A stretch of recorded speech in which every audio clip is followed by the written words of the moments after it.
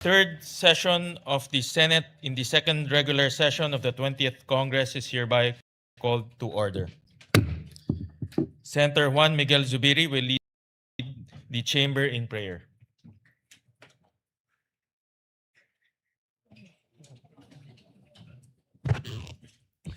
In the name of the Father, of the Son, and the Holy Spirit. Amen.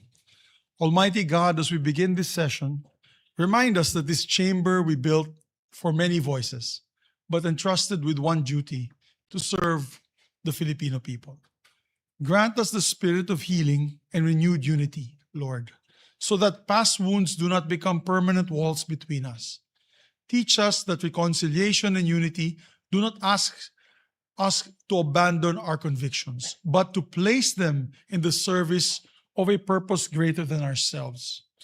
Gamitin ninyo ang aming mga pagkakaiba upang mapanday ang mas makabuluhan at makataong mga batas na maghahatid ng ginhawa, dignidad at pag-asa sa bawat pamilyang Pilipino.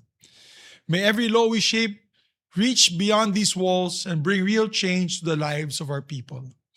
At the end of every session, may they see not only what we debated, but what we delivered together.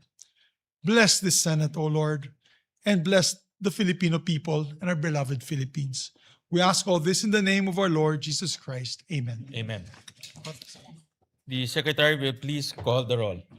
Roll call of members. The Honorable Senator Aquino, Senator Cayetano Alan, Senator Cayetano Pia, Senator De La Rosa, Senator Ejercito, Senator Escudero, Senator Estrada, Senator Go, Senator Ontiveros, Senator Lacson, Senator Lapid, Senator Legarda, Senator Marcoleta, Senator Marcos, Senator Padilla, Senator Pangilinan, Senator Soto III, Senator Tulfo Erwin, Senator Tulfo Rafi, Senator Villanueva, Senator Villar Camille, Senator Villar Mark, Senator Zubiri. Senate President is present. With 20 senators present, the chair declares the presence of a quorum. Majority Leader. Thank you very much, Mr. President. Mr. President, I move that we dispense with the reading of the journal of the second session, Tuesday, July 28, 2026, and consider the same as approved. I so move, Mr. President. Is there any objection? Hearing none, the motion is approved. Thank you very much, Mr. President. We have a guest with us today in the gallery. Guest of Senator Alan Cayetano, local officials of San Remigio, Antique, led by Mayor Mar Mission Jr.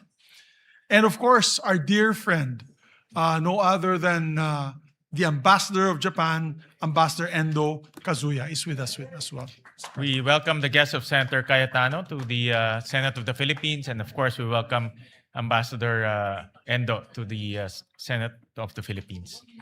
To proceed with the important items of the agenda, Mr. President, I'll just move the reference of business a bit later, if with the permission of the body.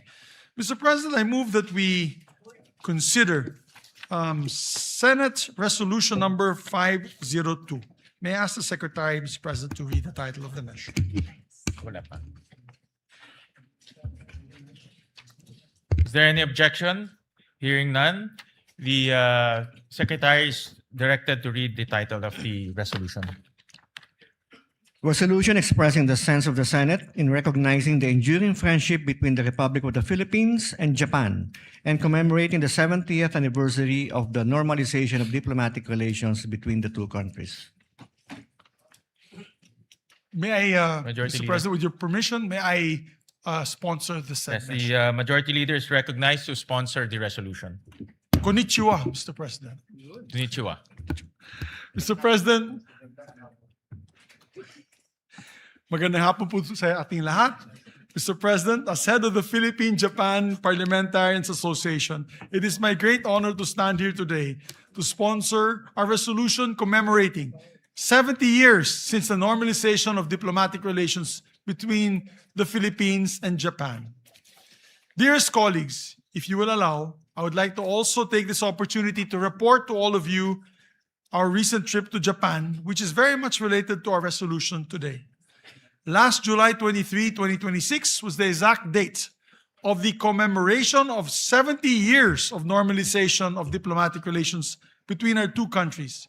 And over these 70 years, Japan has emerged as one of our closest and most important friends and allies. Just last May, in fact, we elevated our bilateral relations to a comprehensive strategic partnership during the state visit of the President to Japan. Our partnership with Japan is built upon a broad base of cooperation across infrastructure development, trade and investments, security and defense, disaster resilience and management, health, energy, education, and agriculture, tourism, and peace and reconciliation efforts, among others. A few weeks ago, Senator J.V. Ejercito and I had the opportunity to affirm this elevated partnership during our mini parliamentary visit in Tokyo. I say mini because we are hoping to have a bigger one later on during the break where we can meet the incumbent Prime Minister. For a series of events, we met with them last week, organized by the Sasakawa Peace Foundation and the Philippine Embassy in Tokyo as part of the commemorative activities for the 70th year of Philippine-Japan friendship. The commemoration began with a symposium titled Charting New Frontiers, Building the Next 70 Years of Philippine-Japan Partnership. It was well attended by Japanese government officials, scholars, academicians, political pundits, businessmen, media, and the Filipino community in Japan. I spoke about the strengthened defense and security partnerships between the Philippines and Japan brought about by the recent developments and enactments of both countries, such as the Reciprocal Access Agreement and the inclusion by the Japanese cabinet of the Official Security Assistance Policy Framework in the Japanese National Security Strategy, which paved the way for the Japanese government to provide military equipment and supplies to the Philippines, such as radars, Abukuma-class destroyers, Coast Guard vessels, and soon missile systems. I mentioned in my speech that this kind of defense and security partnership among like-minded countries in our region is crucial in maintaining an open and free Indo-Pacific. On July 9, 2026, immediately upon landing in Tokyo, Senator Ejercito and I hit the ground running with a meeting with Ambassador Milen Garcia Albano.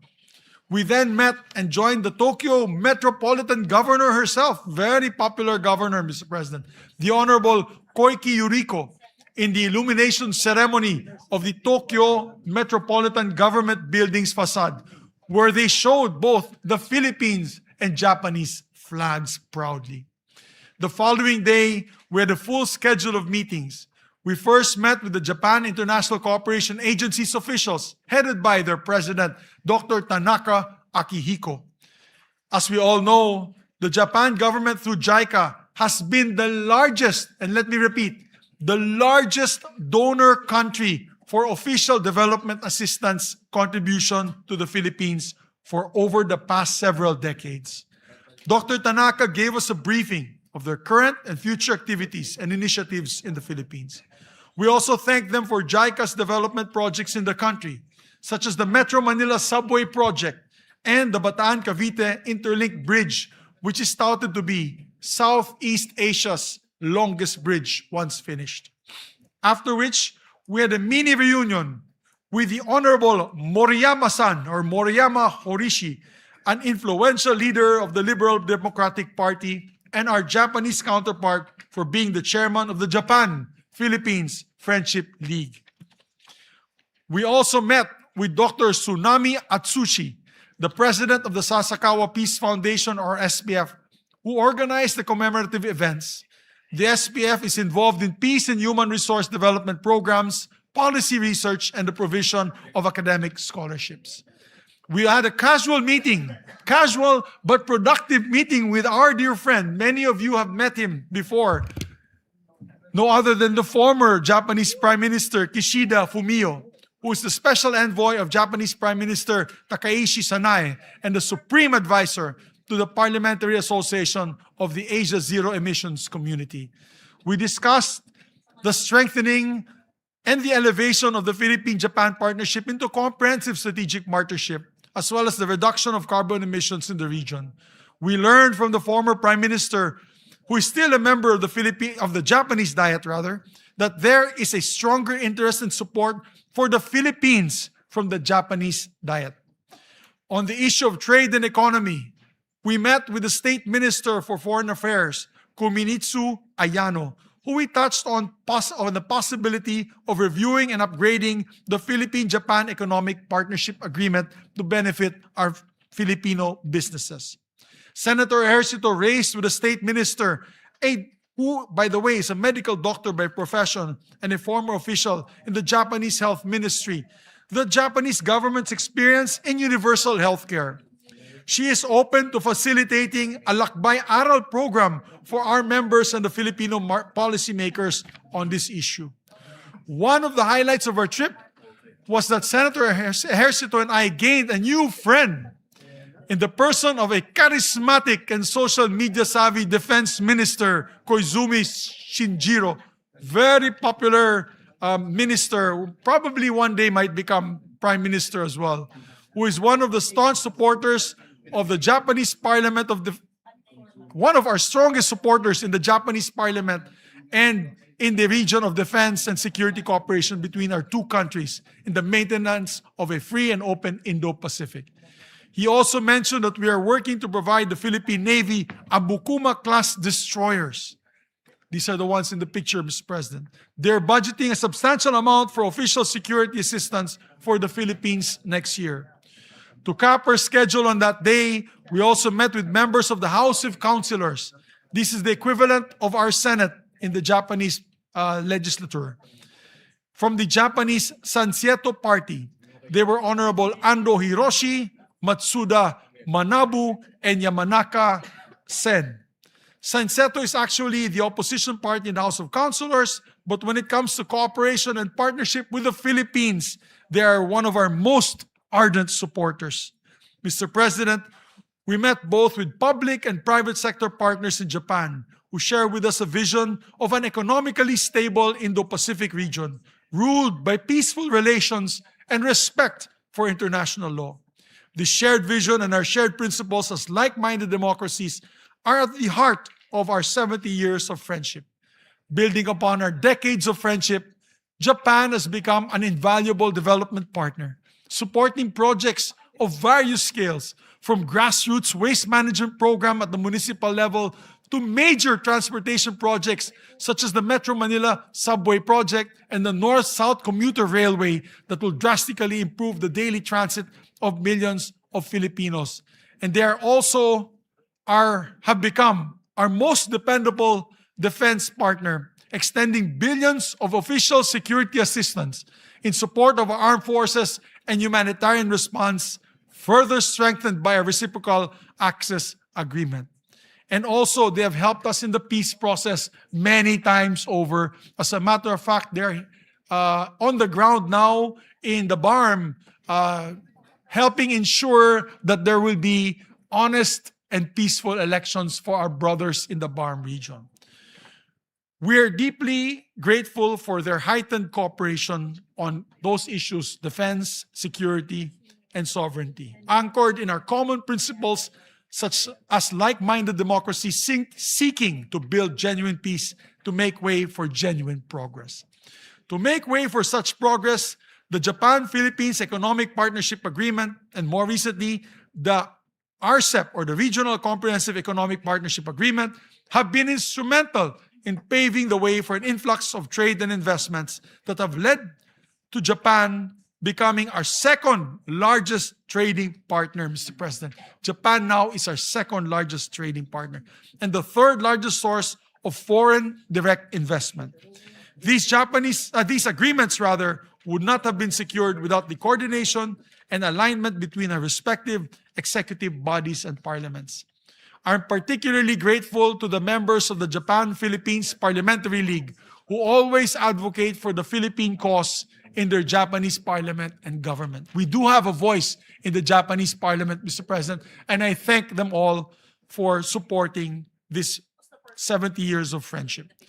Through our strong parliamentary ties, we had the honor of inviting Prime Minister Kishida Fumio to address the historic joint session of the Philippine Congress in 2023.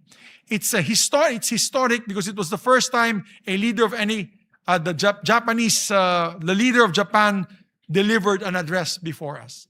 In turn, President Marcos also invited to deliver the equally historic address before the National Diet of Japan during his state visit this year.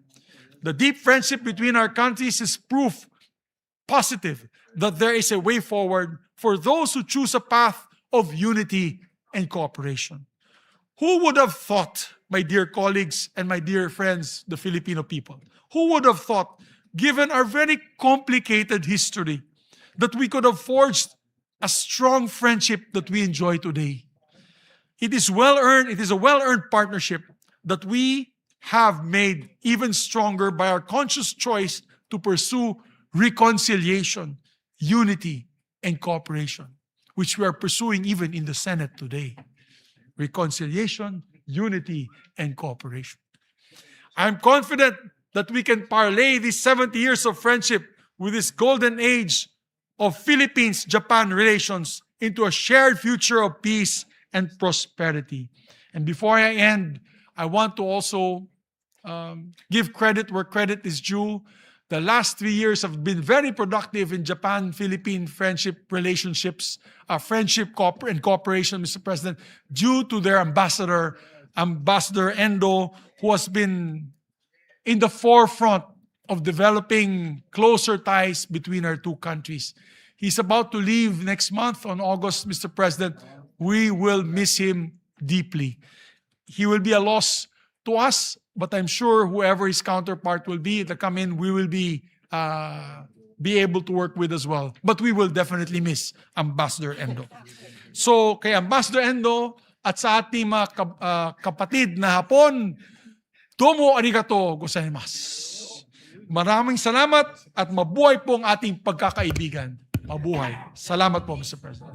Arigato gozaimasu, Senator Zubiri. Yes, we recognize Senator Tulfo. Mr. President, I would like to take this chance to extend my heartfelt sympathies and steadfast solidarity to the government of Japan and the people of Kumamoto Prefecture following the 7.1 magnitude earthquake that struck the region yesterday, July 28, 2026.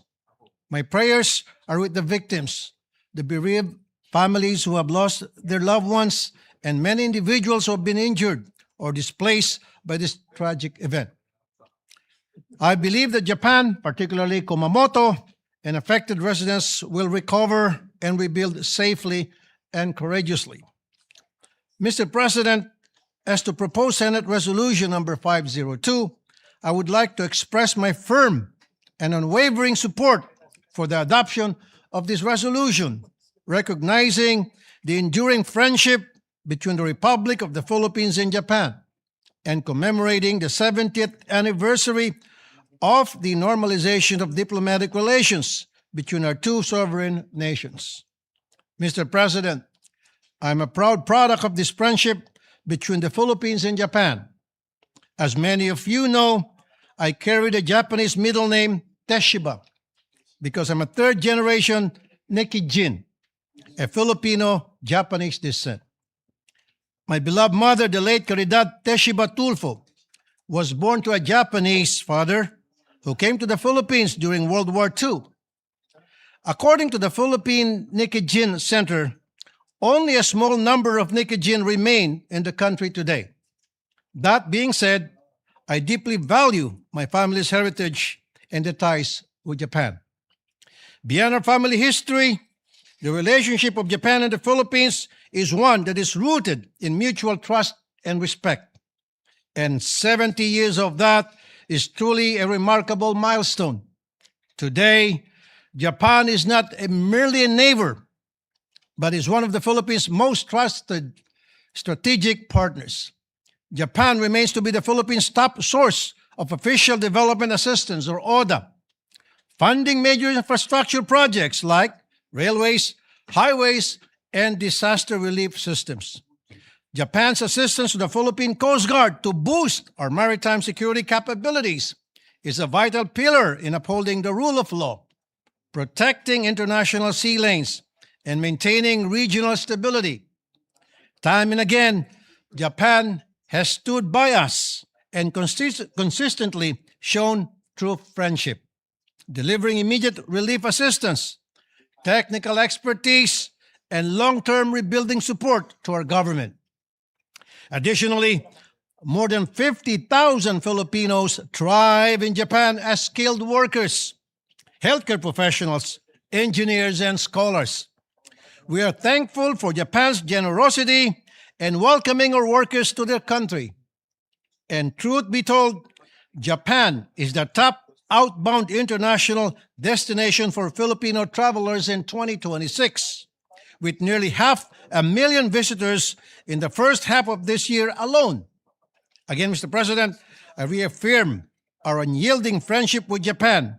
Adopting Senate Resolution number 502 sends a very strong message of the Philippine Senate's appreciation for Japan's friendship over the years. Thank you, Mr. President.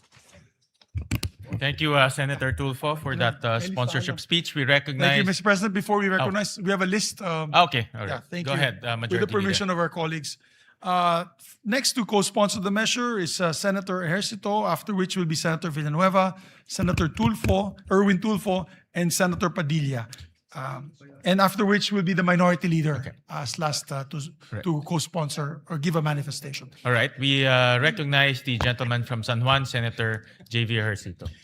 Thank you, Mr. President, our colleagues, our good friend, Ambassador Endo Kazuya. Konnichiwa, good afternoon. On behalf of the Filipinos, it is with profound joy and gratitude to co-sponsor Senate Resolution number 502 that expresses the sense of the Senate in recognizing and celebrating the enduring friendship between the Republic of the Philippines and Japan as we mark the 70th anniversary of the normalization of our bilateral ties. Mr. President, I would like to co-sponsor, of course, and support our main sponsor, our resident samurai in the Senate now, in the Indian samurai, Senator Zubiri. We were just there just last month, recently. It was a very, very productive visit, Mr. President, and we would like to report. The Philippine-Japan relations have stood the test of time and circumstance.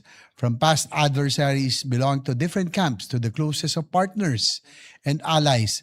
Our bond now serves as a firm anchor for stability in the greater Indo-Pacific region.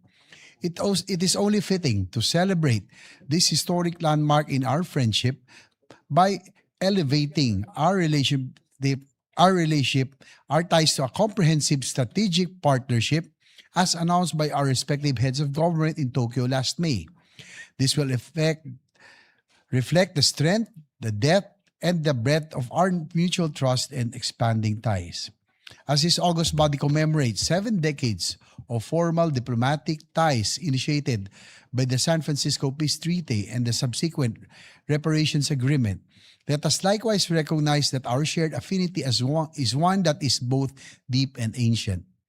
Drawing from the accounts of our historians, the shared history of Japan, the Philippines began long before the arrival of Western explorers. As early as 654 AD, the ancient Japanese chronicle Nihon Shoki notes the arrival of shipwrecked voyagers from Tokara in Kyushu Island, whom a group of scholars identify as our Tagalog ancestors.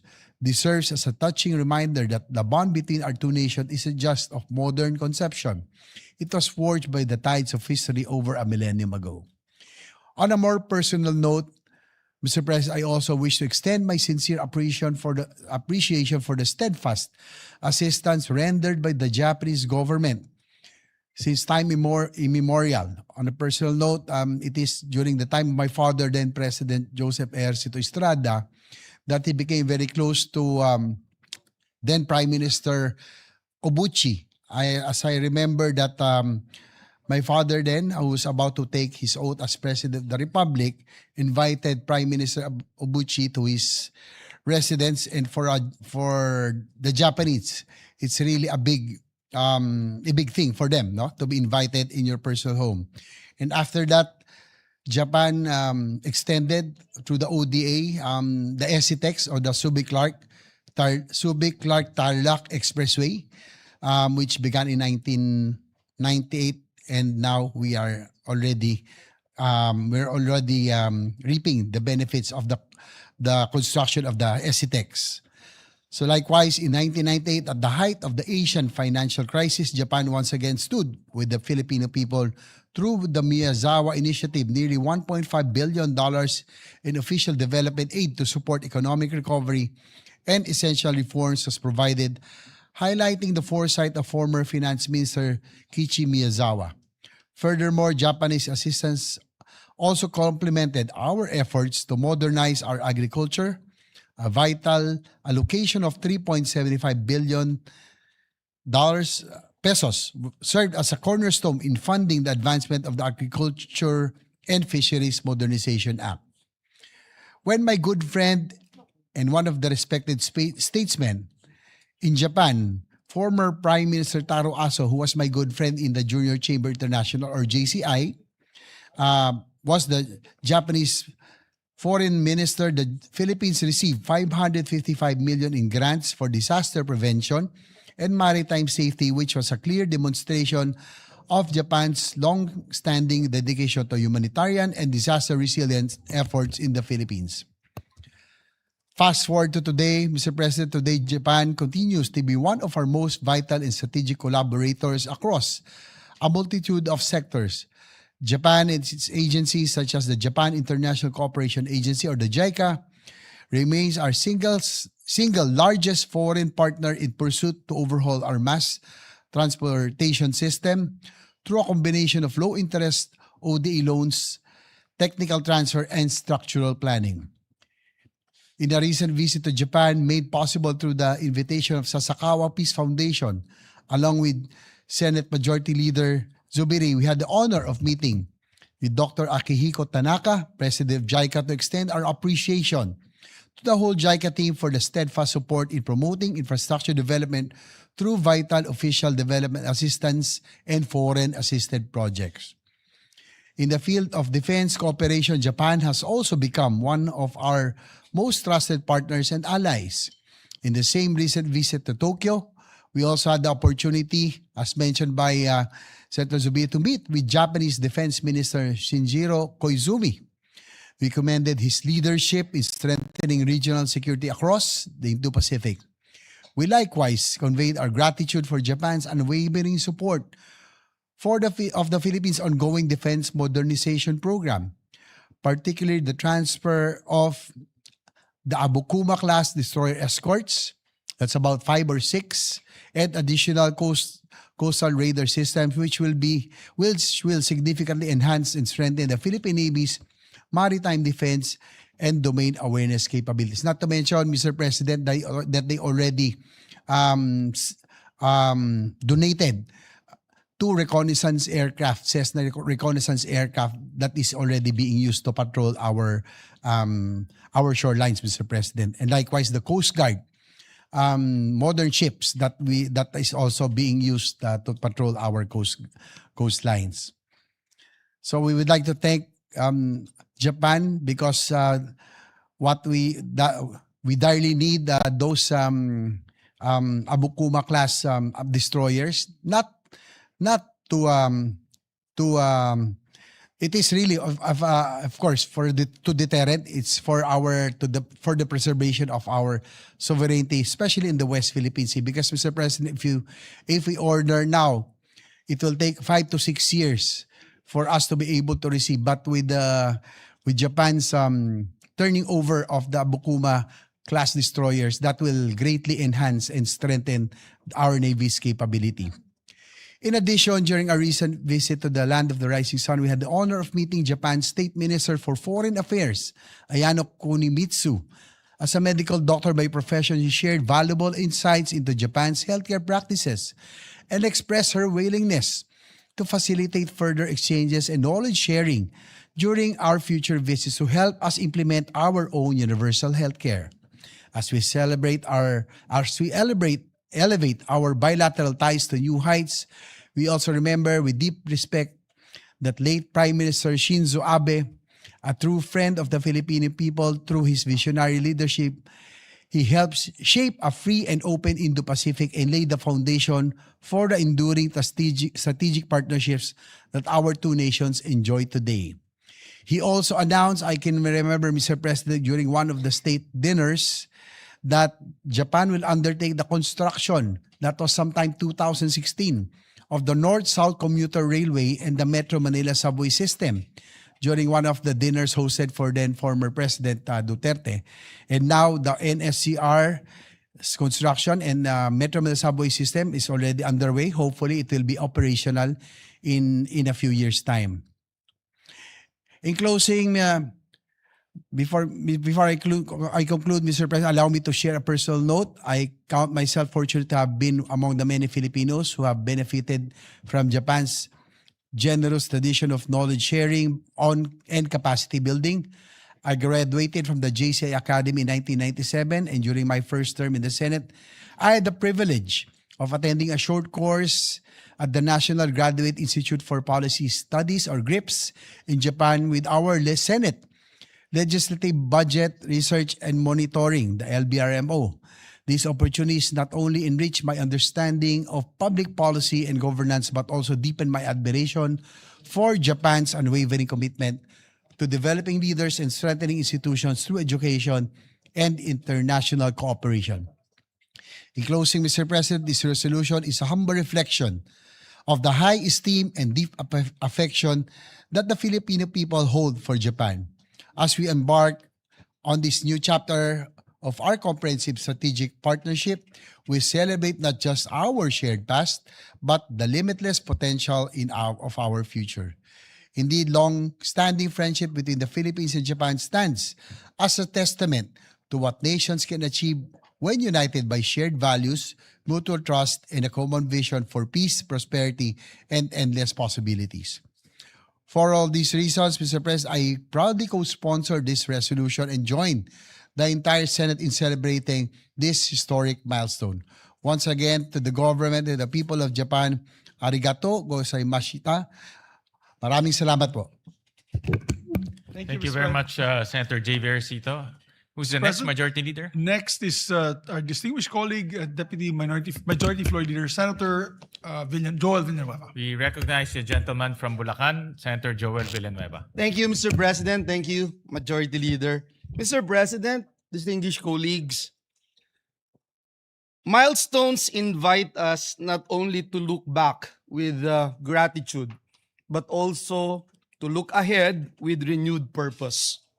As the Philippines and Japan commemorate 70 years of diplomatic relations, it is fitting that this chamber honors a partnership that has become a pillar of peace, development, and shared prosperity in our region. It is thus my privilege to co-sponsor this proposed Senate Resolution number 502. Before I proceed, please allow me to express our deepest sympathies to the people of Japan following yesterday's devastating earthquake in Kumamoto Prefecture. We mourn the lives lost, pray for the swift recovery of the injured, and stand in solidarity with all those affected by this tragedy. May the resilience and strength of the Japanese people guide them through this difficult time. Mr. President, for 7 decades, the Philippines and Japan have built a relationship founded on mutual respect, trust, and a shared commitment to peace and prosperity. Today, that friendship has grown into a comprehensive strategic partnership that continues to create opportunities for our people. Japan is our second largest trading partner, with bilateral trade reaching $22.2 billion US dollars in 2025. And our third largest source of foreign direct investments, amounting to 34.03 billion pesos. Through the Japan-Philippines Economic Partnership Agreement, our first bilateral free trade agreement, we have expanded trade, investments, and opportunities for skilled Filipino workers. Buhay na saksi po ako dito noong pang tayo ay nasa TESDA, Mr. President. These are more than numbers. nearly 900 Japanese companies registered under PEZA have generated more than 350,000 direct jobs for Filipinos. Japan also remains the Philippines' largest provider of official development assistance, helping build infrastructure, strengthen communities, and improve the everyday lives of our people. As the chairperson of the Senate Committee on Higher and Technical Vocational Education, I also look forward to strengthening another important pillar of our partnership, education. Earlier this year, Mr. President, the Senate conducted a public hearing on the Asia-Pacific Regional Convention on the recognition of qualifications in higher education, or the Tokyo Convention. We look forward to the Philippines' accession to this landmark agreement, which would make us the very first ASEAN member state to join the convention and expand opportunities for Filipino students, graduates, researchers, and professionals across the Asia-Pacific. Indeed, Mr. President, our friendship is likewise strengthened through parliamentary diplomacy. And as mentioned a while ago by our dear colleagues, I also recall, Mr. President, that in April 2023, 11 members of the Philippine Senate, including this representation, and led by our majority leader, the former Senate President, Juan Miguel Zubiri, undertook an official visit to Tokyo, where we met then Prime Minister Fumio Kishida, the leaders of Japan's National Diet, and the members of the Japan-Philippines Parliamentarians Friendship League. That visit, Mr. President, reaffirmed that enduring friendships between nations are built not only by governments but also by sustained dialogue between legislators. As we celebrate this milestone, Mr. President, we honor the people who have made this friendship flourish. From our Ambassador Milen Garcia, from workers and entrepreneurs to students, tourists, and families, Japan has also become a favorite destination for many Filipinos, reflecting the warmth and mutual respect that define our relationship. And before I close, Mr. President, and conclude, please allow this representation to recognize His Excellency, my good friend, Ambassador Endo Kazuya, who will soon conclude his tour of duty in the Philippines. We thank him for his dedicated service and for his invaluable role in further strengthening and enduring friendship and strategic partnership between our two nations. Through his leadership, Mr. President, and through his unwavering commitment, Philippines-Japan relations have reached even greater heights. To Ambassador Endo, domo arigato gozaimasu. Thank you very much for your friendship and service. We wish you continued success and blessings. Mr. President, as we look ahead, may we continue to weave an even stronger future together, one marked by deeper friendship, greater opportunities for our people, and a shared commitment to peace, prosperity, and progress. Maraming salamat, Ginoong Pangulo, and God bless us all. Thank you very much, Senator Joel Villanueva. Thank you very much, Mr. President. Next to co-sponsor the measure, Senator Erwin Tulfo. We recognize the gentleman from the province of Palawan, Senator Erwin Tulfo. Mr. President, esteemed colleagues, Ambassador Endo Kazuya, Sanjini Yokoso Koshi Kadesamashita Kaka. I am deeply honored to co-sponsor this resolution to the Senate today. Since establishing formal ties on July 23, 1956, the Philippines and Japan have forged a formidable alliance that Japanese Prime Minister Sanae Takaichi has recently called as a comprehensive strategic partnership. Japan remains our number one ODA partner, funding vital infrastructure, disaster mitigation, maritime safety, and peace efforts in our country. On March 16, 2026, His Excellency Endo Kazuya paid a courtesy visit while I was serving as chairman of the Committee on Foreign Relations. During our meeting, we discussed several matters of mutual interest, including the importance of prioritizing the completion of ongoing ODA-funded projects before undertaking new ones. Culturally, our connection is just as strong. Japan has become one of the absolute favorite tourist spots for Filipinos these days. Whether we are chasing cherry blossoms, enjoying the incredible food, or embracing their vibrant culture. To honor this profound friendship and Japan's immense contribution to our nation's progress, this resolution seeks to officially recognize the enduring friendship between the Republic of the Philippines and Japan in their 70th anniversary of the normalization of diplomatic relations between the two countries. To Ambassador Endo and the Japanese people, arigato gozaimasu. Here's to a lasting partnership, endless bowls of authentic ramen. And if I may speak for every Filipino tourist, Mr. Ambassador, hopefully even faster approvals of our multiple entry visas. Thank you, Mr. President. Thank you, Senator Erwin Tulfo. Next to be Who's our next co-sponsor, Mr. President, sponsor? is Senator Robin Hood Padilla. We recognize the gentleman from Nueva Ecija and Camarines Norte, Senator Robin Padilla. Maraming salamat po, Ginoong Pangulo at sa ating pinunong mayurya. Ako po ay tumitindig upang makiisa sa pagko-sponsor ng proposed Senate Resolution number 502 na inihain ng ating mahal na samurai na kasamahan Senator Juan Miguel Zubiri. Mga mahal kong kababayan, napakahalaga po ng relasyon natin sa Japan. Sapagkat ito po ay punong-puno ng pag-ibig at aksyon. Katunayan, ang atin pong national hero, Jose Rizal, ay nagkaroon po ng napakagandang pag-ibig sa Japan. Ang kanya pong girlfriend, si Seiko Usui, o ang tawag po ay Osei-san.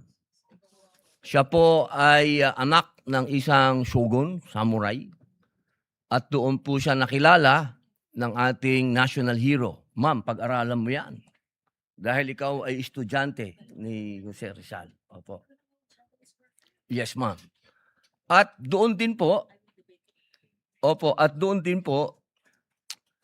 noong panahon ng Katipunan, ito po ay napakahalaga sapagkat ang unang kumilala sa ating mga revolusyonaryo ay ang Japan.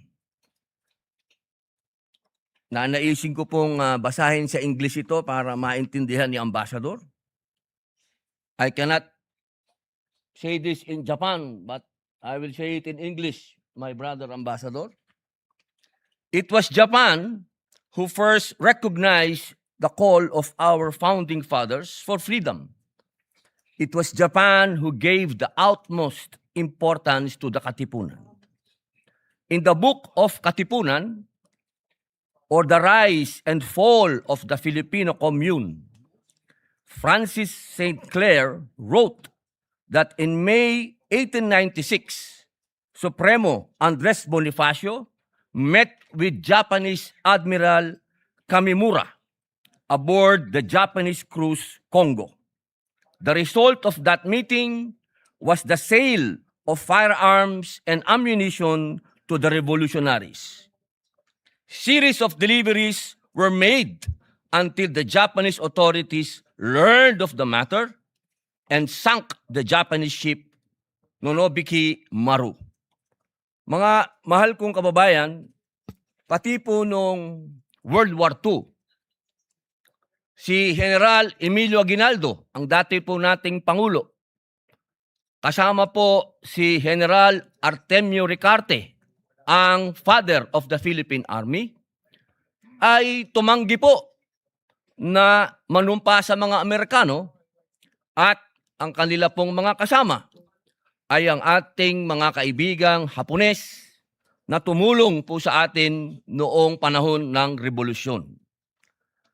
Noon naman pong 1996, nung ako po ay nakakulong sa Bilibid, Ginoong Pangulo, ang number one pong tumulong sa mga bilanggo ay ang mga Hapon din.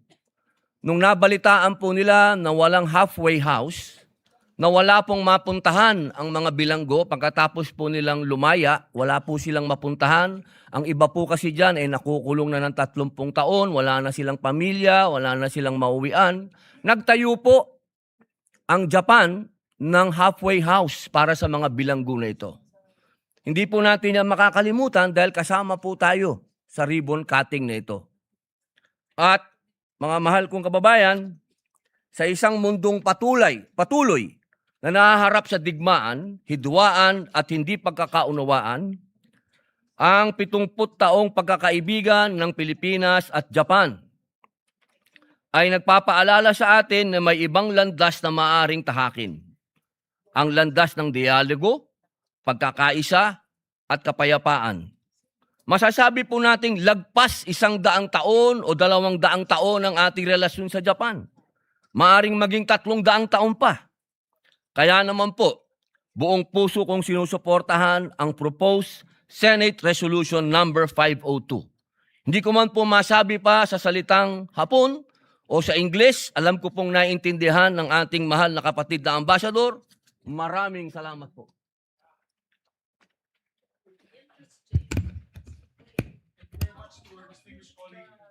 Majority Leader, who is our next sponsor? Distinguished colleague, Senator Padilla. Next to co-sponsor the measure is no other than our distinguished colleague from Pampanga in the Republic of the Philippines and Quezon City, Senator Kiko Pangilinan. We recognize the gentleman from Pampanga, Senator Kiko Pangilinan.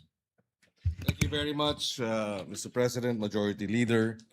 Allow this representation to share its full support, manifest its full support by way of this co-sponsorship speech for proposed resolution number 502, expressing the sense of the Senate in recognizing the enduring friendship between the Republic of the Philippines and Japan and commemorating the 70th anniversary of the normalization of diplomatic relations between the two countries.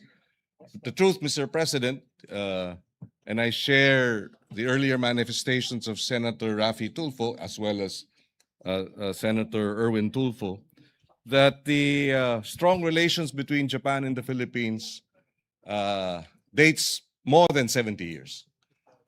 Like Senators Raffy and Senator Erwin, this representation is a fourth generation Nikkei Jin in my mother's side.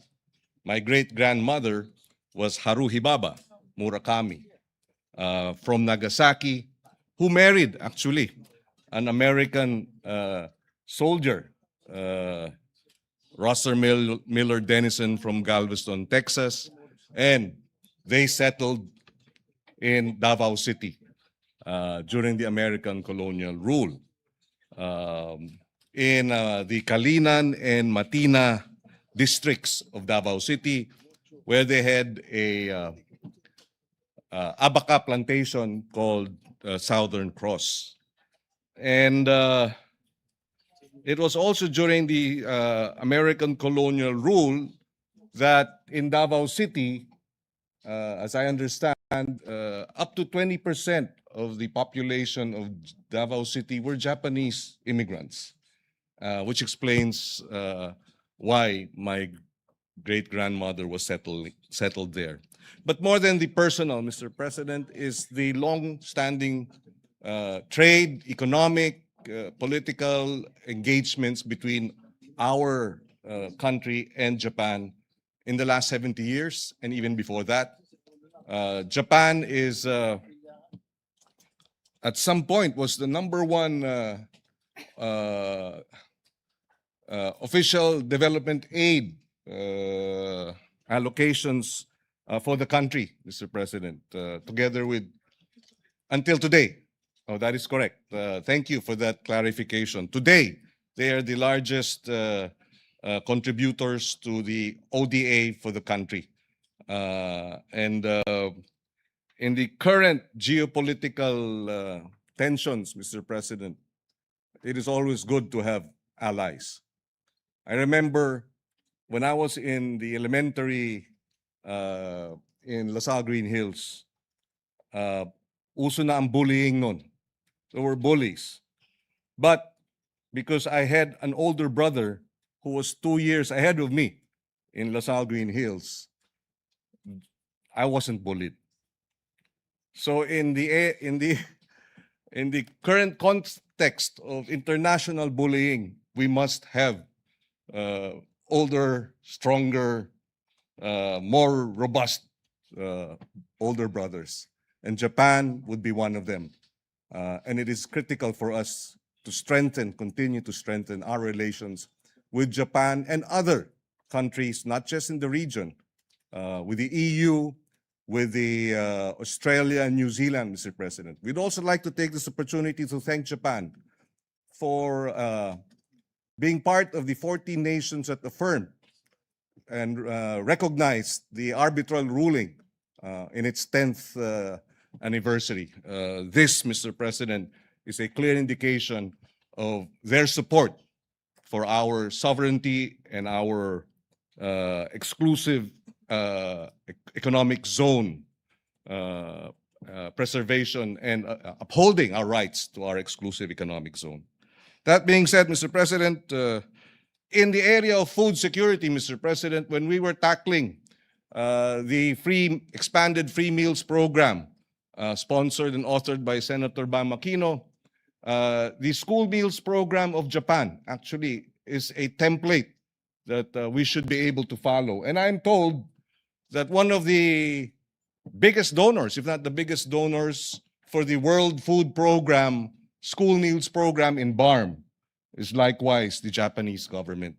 And the BARM experience of the World Food Program was likewise part of the deliberations in the committee hearings of the Committee on Education. And we thank Japan and the government, their government, for supporting our school meals program in the BARM. And we hope to expand that to other parts of the country. With that, Mr. President, we thank the good ambassador, Ambassador Endo, and of course the Japanese government. We wish him bon voyage, and we look forward to drinking sake with him in Tokyo after August, Mr. President. Thank you very much, Mr. President. I hope you invite me, Senator Pangilinan, to that sake celebration. Majority Leader, who's our next sponsor? We will definitely invite you, Mr. Senate President. You might be able to find a Japanese lady for you. With the help of our good ambassador, maybe. Yes, Mr. President, next to co-sponsor the measures, our distinguished colleague from Taguig and Pateros, no other than our distinguished colleague, Senator Pia Cayetano. We recognize the gentle lady from Taguig, Senator Pia Cayetano.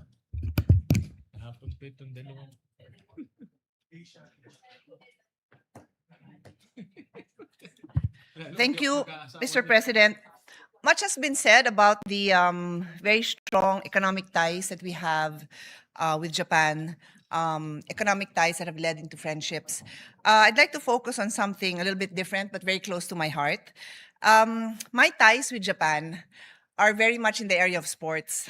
My first official visit to Japan, I was 17 years old, representing the Philippines to play volleyball in the Asian Volleyball Championship, which was hosted in Fukuoka, Japan. And then I had to wait, that was 1983, so I had to wait more than 20 years later for another official trip. And this time, the late Bayani Fernando, then head of our MMDA, had partnerships with other like bodies all over Asia. And so the Metro Tokyo Metro or Tokyo Metro? Tokyo Metro Authority always invited their counterparts to watch the Tokyo Marathon. And Bayani Fernando said to me in Tagalog, nakailan na ako dyan, nanonood lang naman ako, ikaw na lang tumakbo ka. So I had the honor of representing the Philippines or MMDA as a runner. And it was my 43rd birthday. So a marathon is 42 kilometers. So my best friend and I ran an extra kilometer to commemorate my birthday. And then, but I want to add to that, very Japan style, and the majority floor leader will appreciate this story because you have been a recipient of their hospitality. I traveled with my daughters, but my political officer, it's just me, my political officer, and my two daughters, also wanted to run. And there was an 11-kilometer run. So sumali din siya. So wala nang naiwan sa daughters ko. So they took care of my daughters, I think maybe 13 and 9, something like that. They picked them up and then they brought them to the finish line. It was raining, they were in raincoats, and they had flowers for me. All prepared by the Japanese host to welcome me there. So I will never forget that. Anyway, so that was 2009. And then, time out, another official visit, but this time wasn't really sports. I just made it a sports trip on my own and ran around the Imperial Palace. But in 2015, I was part of the delegation of the Asian Parliamentary Group. It's like a friendship group with Japan. And I had the opportunity to meet the late Prime Minister Abe. But what strikes me, and still I remember to this day, and again, the majority floor leader will recall that I always talk about it, is Abenomics included in one of their pillars of economic growth, women in the economy, women in leadership positions. And I talk about it all the time because this was ingrained in Japan's moving forward in one of their pillars. And of course, during that same trip, we also had many opportunities to meet with the Japanese parliament. And then in 2019, just before the Olympics, I was informed by the then ambassador that being the host, they were really trying to support the Asian countries in sports. So I had the opportunity of working with the embassy to bring the UP football team to Japan to train there as part of the sports diplomacy. And I'm coming to an end. Last year was a more personal sports diplomacy venture. The ambassador was my guest, and he learned to play paddle with his wife. And the coaches were our Filipino coaches and two Japanese coaches who consider the Philippines their home. These two Japanese players come here so much. They stay here, they play and train with our Philippine team. And so we invited the ambassador, his wife, and the embassy staff to learn about paddle with our coaches and the Japanese coaches. And we continue to play and train with these Japanese players. In fact, last week, we had an international paddle tournament, and our Philippine women's team were up against a Japanese and a Spanish, and they lost in the third set to Japanese Kotomi Ozawa and Spanish Eli Nogueras. But these girls are really strong, and they really compete against each other and try to see who will come out better the next time. They really are, how do I say it, friendly competitors. And so, Mr. President, this is just my personal take on the strong friendships I and the people around me have developed with Japan. I'll end on a not so personal note, but very close to our heart. So many athletes, so many Filipino athletes train in Japan. Softball, football, hinuhuli ko nga yun, ang lakas bumulong ng mga nandito eh. Because, anyway, what did I say? Football, softball, baseball, I'm sure the martial arts also. And then I was going to say basketball. Of course, our Olympian Carlos Yulo had a lot of his training in Japan. And now also his brother, Eldro, also trains in Japan. So on that note, I only have one last manifestation. the majority floor leader did not invite me to his last trip, kaya mukha silang kawawa ni Senator JV. Dalawa lang sila dun sa lahat ng pictures. Kulang ng gender representation, but I'm sure you still did a great job. Thank you, and to many, many more years of friendship with Japan. Thank you. Thank you, Senator Pia, for that Thank you, my dear. Mr. President, to be sponsorship honest, speech. the best walking trips I've had with Senator Pia was our trip to Japan. Yes, I was there, Majority Yes, Leader. we were doing 10,000 steps together, walking around the areas where we were billeted at. And I promise and I commit to everyone that we will invite them again as your chairman of the Philippine-Japan Friendship Association. We're trying to set up a meeting, Mr. President, with the current Japanese Prime Minister. Correct. That one, we'd like to invite everyone. And you now being both sides. honored with the Cordon of the Rising Sun. Yes, I was. So I'm sure you last will November, be, sir, Mr. Correct. President, I was given that distinction, being given an award, the Grand Cordon Order of the Rising Sun, Mr. President. So Thank I'm you. sure that you will be given special attention in arranging a potential meeting with high-level government officials. As long as you're there, Mr. Senate Definitely. President, I'm sure we can meet the Prime Minister. Kung ako lang, baka Kishida lang po. Mr. Kishida is a dear friend of ours, by the way. Mr. President, we still have 4 members who would like to deliver co-sponsorship speeches. As I said earlier, this is a very popular resolution because Japan really is very close to our heart. I think each and every one of us can say that Japan truly is a best friend of the Philippines in this region. Mr. President, next to deliver his co-sponsorship speech is no other than our distinguished colleague from Davao and Batangas, Senator Christopher Bongo. We recognize the gentleman from Davao City, Senator Bongo. Mr. President, I rise to express my support for the proposed Senate Resolution number 502, recognizing the enduring friendship between the Republic of the Philippines and Japan and commemorating the 70th anniversary of normalization of diplomatic relations between our two nations. We also acknowledge and thank the presence of Japanese Ambassador Endo Kasuya, sir. We also thank our majority floor leader, the Suki of Japan, Senator Mig Subiri, who is an advocate of Philippine-Japan relations.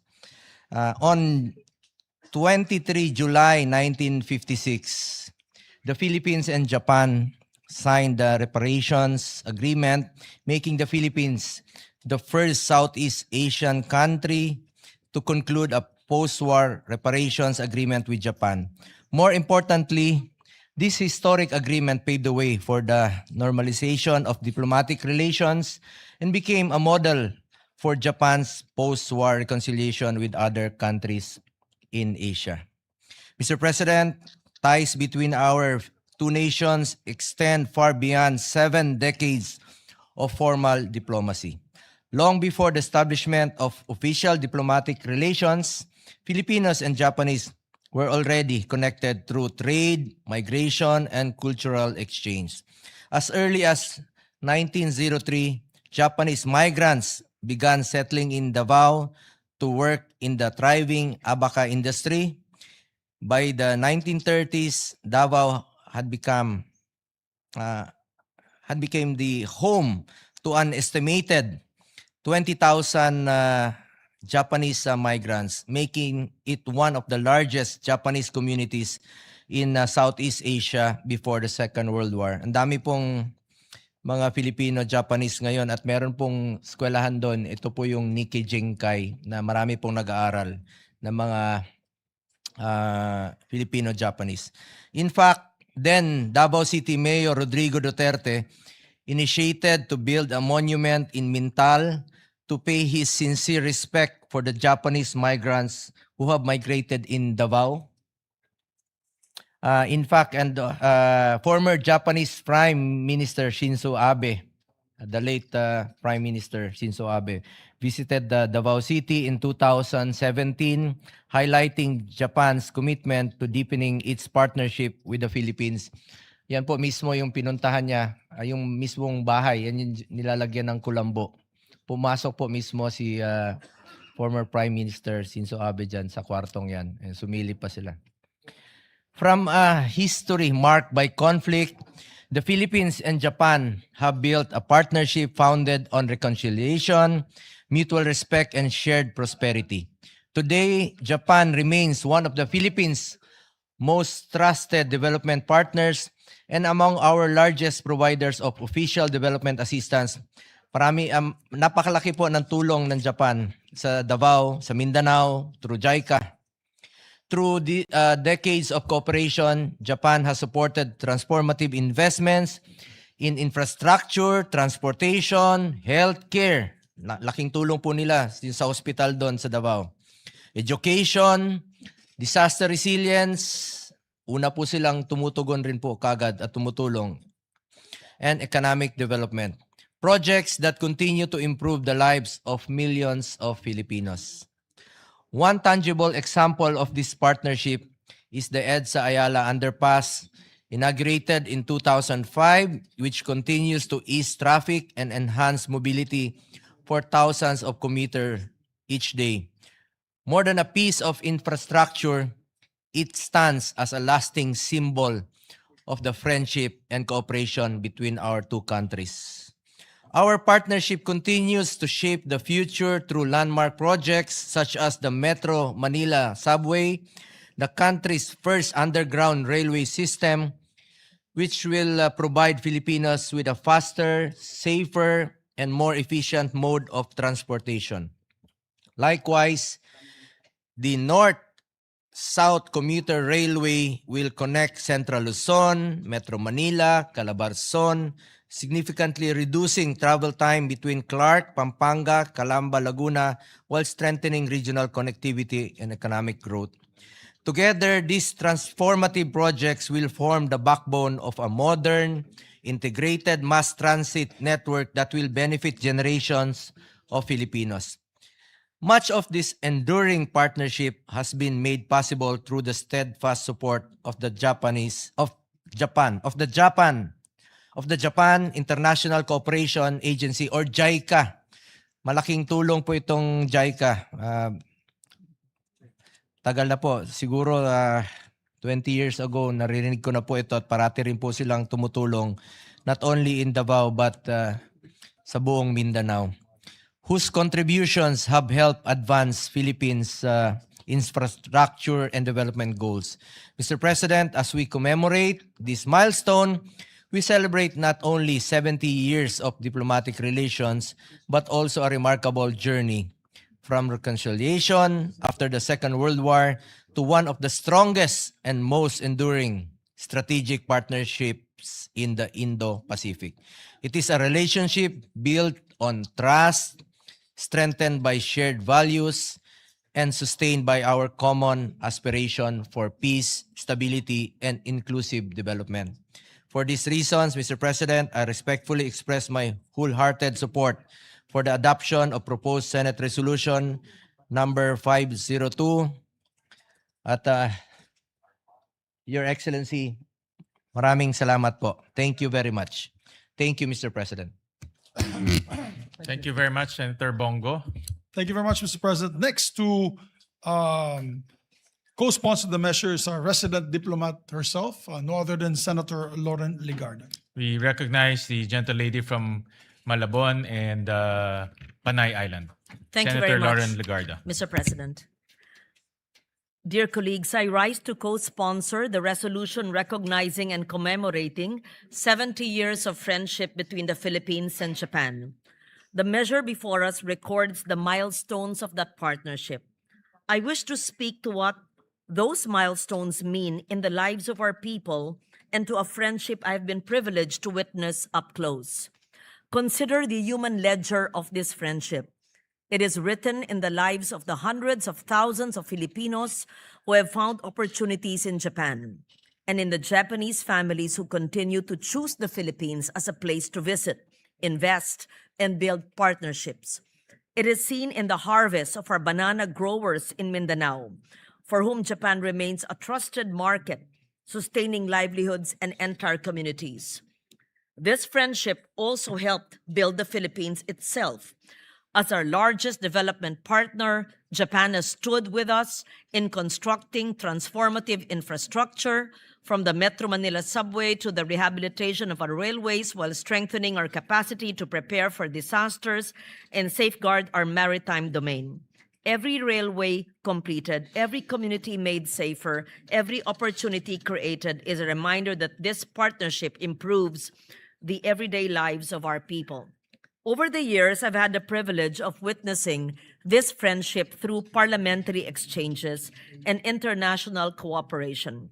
I was honored to sponsor the Senate's concurrence in the Philippines-Japan Agreement on Technical Cooperation way back in 2011, when I was chair of the Committee on Foreign Relations, and to work alongside our counterparts through the Japan-Philippines Parliamentary Friendship League in strengthening dialogue between our legislatures. Allow me to recognize His Excellency Endo Kazuya, Ambassador of Japan to the Philippines, whose tireless work has helped deepen the strategic partnership and friendship between our countries. I also had the opportunity to represent the Philippines at the 2015 United Nations World Conference on Disaster Risk Reduction in Sendai, Japan, where I co-chaired the dialogue with then Minister Sanae Takaichi. It is heartening to see Minister Takaichi now serving as Prime Minister of Japan. I was just looking at my photos with a young senator, with then younger minister, and she's now the Prime Minister. I'll post it on Facebook. I wish they could post it here. Sure, so Kung we can hahabol. all see it. Yes, we were both co-anchoring or a dialogue on disaster risk reduction and climate change. There we are. Yes, there we are.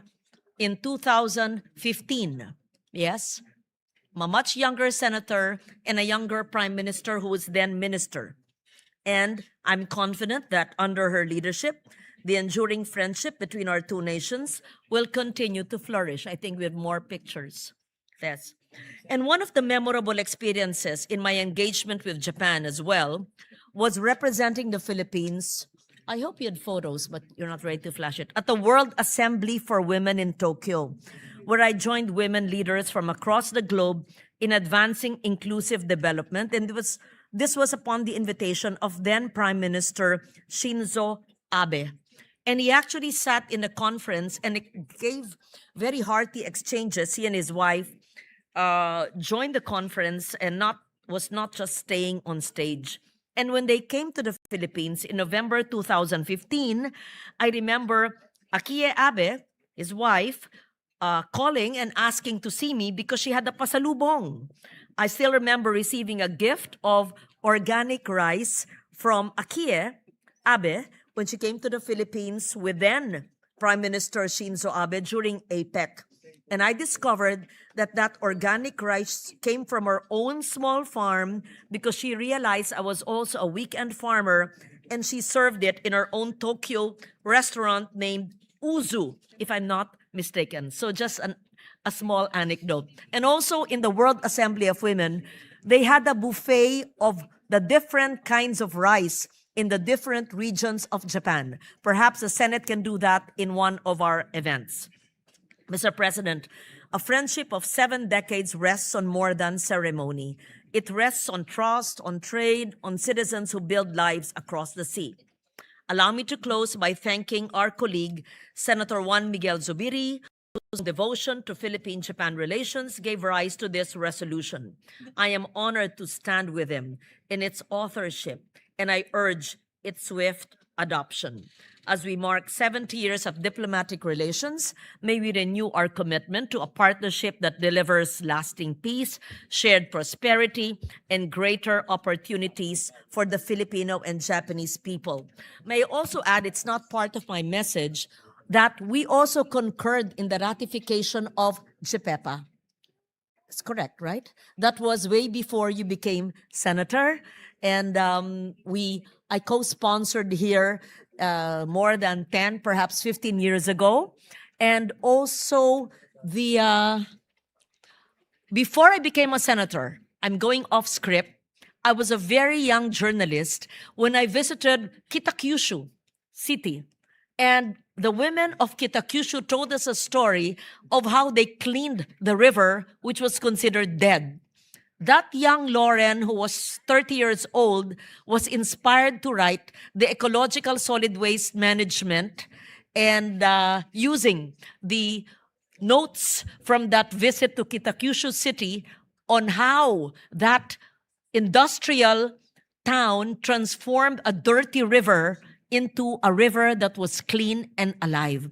And 8 years later, the first bill I filed was RA 9003, having the city in Kitakyushu in Japan as my inspiration when I was a young journalist. Ano pa ibang notes ko na hindi ko nasabi? Oh, and also, then Senate President Ople, sitting there before, a young reporter of my Lolo Pepe in Manila Times told me that he was a guest of the Japanese government in a program called like an eminent persons program. Fast forward when I was a young senator at 39 or 40 years old, I was also a guest of the Japanese government, just like the Senate president then. So I went off script because I wanted to tell you stories of a younger senator of more than 25 years ago. And that's how it's not just many years, but decades, how close our relations have been with with this great nation, our neighbor. Thank you very much. Thank you, Senator Lauren, Thank for you the very much, Mr. sponsorship President. speech. Mr. President, we have 4 more members who would like to deliver co-sponsorship speeches. We'd now like to recognize our distinguished colleague from Las Piñas and Metro Manila, no other than Senator Camille Villar. We recognize the gentle lady from Las Piñas City, Senator Camille Villar. Mr. President, distinguished colleagues, it is an honor and privilege for me to rise to co-sponsor this resolution, expressing the sense of the Senate in recognizing the enduring friendship between the Republic of the Philippines and Japan and commemorating the 70th anniversary of the normalization of diplomatic relations between our two countries. 70 years ago, the Philippines and Japan formally normalized their diplomatic relations. With political courage, mutual humility, and a shared conviction that two nations would choose to become partners in peace. It was not easy, but today it has resulted in something truly remarkable. Mr. President, what began as an act of reconciliation has grown into one of the most substantive and multi-dimensional relationships the Philippines maintains with any nation. Japan has for decades been among the Philippines' largest sources of official development assistance, supporting our infrastructure, our agriculture, our disaster resilience, and countless communities across the archipelago. Filipino and Japanese businesses, workers, students, and families have built bridges of commerce and culture that now touch nearly every province in the country. This relationship has genuinely served the Filipino people. Through decades of development assistance that built roads and bridges in our provinces, through education and cultural exchange that have brought Japanese language, arts, and values closer to Filipino homes, through the hundreds of thousands of Filipinos who have found livelihood and opportunity in Japan, and through a security partnership that today helps safeguard our sovereignty and seas.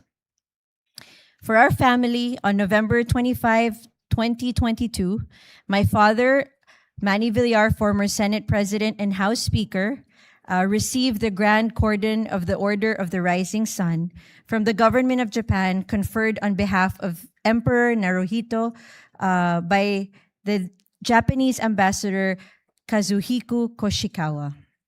We are told that the Order of the Rising Sun, established in 1875, is Japan's oldest national decoration and a principal honor for foreign nationals. And I believe our former Senate President and current Majority Floor Leader, Juan Miguel Zubiri, also received the same. So my father received this award in recognition of his contributions to strengthening economic and bilateral relations between Japan and the Philippines, particularly his role as Senate President during the time that he was Senate President in the ratification of the Japan-Philippine Economic Partnership Agreement, or JAPEPA, the Japan-Philippines Tax Treaty Amendment Protocol in 2008, and the Japan-Philippines Technical Cooperation Agreement in 2011. So this was a profound honor, not just for my father, but for our family. And this honor and this friendship and relationship with Japan is something that we hold very dear. And on a personal note, when I first won as senator in 2025, the first meeting I had, and the first invitation I had for a meeting was from Ambassador Endo Kazuya. And I will never forget that. And I would like to express my sincere gratitude to him. I would like to thank you for your friendship, for your guidance, and your unwavering support in strengthening the ties between our two countries. Mr. Ambassador, this friendship between the Filipino and Japanese peoples, I know, will continue to go stronger with every generation. Mr. Ambassador, your service here has left a lasting impact, and always remember that wherever you may go, you will always have a home here in the Philippines. Maraming salamat po. Arigato. Thank you, Mr. President. Thank you very much, Senator Camille Villar, for the heartwarming sponsorship speech. Bibigyan daw ni Camille ng bahay si Tama, oo. Ambassador Pwede Endo siyang sa pumili. Camela Homes. Yes, sir. Marami siyang pagpipilian, Yes, Majority yes. Leader. For sure. Mr. President, next to co-sponsor the measure is our distinguished colleague, Senator Risa Ontiveros. We recognize the gentle lady from Panay, Senator Risa Hontiveros. Salamat po, Mr. President. Mr. President, I rise in support of this resolution, marking 70 years since the normalization of relations between the Republic of the Philippines and Japan. And also remembering in my heart my first travel abroad as a scholar of the Japan Airlines Summer Scholarship Program more than 4 decades ago at the Ichigaya campus of Sophia University, just before the People Power Revolution. From the hard work of post-war reconciliation, our peoples have built one of the region's most durable partnerships, standing with us as a strategic partner committed to a free and open Indo-Pacific and the primacy of international law in our maritime domain. Nowhere is that partnership more concrete than in the agreement concluded this July for the transfer of 5 Abukuma-class destroyer escorts from the Japanese Maritime Self-Defense Force. The first time Tokyo will hand over retired surface combatants to any foreign navy, and a decision that will give the Philippine Navy 5 additional hulls purpose-built for anti-submarine and littoral operations, complementing our Jose Rizal and Miguel Malvar class frigates, and materially strengthening our presence in the West Philippine Sea. The next 70 years must be built on this new ground as much as the old. Recognition and justice for the Filipino comfort women, deeper maritime and defense cooperation, joint investment in digital and energy infrastructure, semiconductors and artificial intelligence, where Japanese technology and Filipino talent are natural complements, closer collaboration on disaster resilience and climate adaptation, which both our archipelagos know too well, and continued care for the Filipino community in Japan, whose work and families remain the truest expression of the friendship that this resolution honors. Marami pong salamat, Mr. President, and to Ambassador San, domo arigato gozaimashita. Thank you very much, Senator Risa Ontiveros. Thank you, Mr. President. Next to co-sponsor the measures, our distinguished colleague from the city of Las Piñas, Senator Mark Villar. We recognize the gentleman from Las Piñas City, Senator Mark Villar. Mr. President, I rise in support of proposed Senate Resolution number 502, expressing the sense of the Senate in recognizing the enduring friendship between the Republic of the Philippines and Japan and commemorating the 70th anniversary of the normalization of diplomatic relations between the two countries.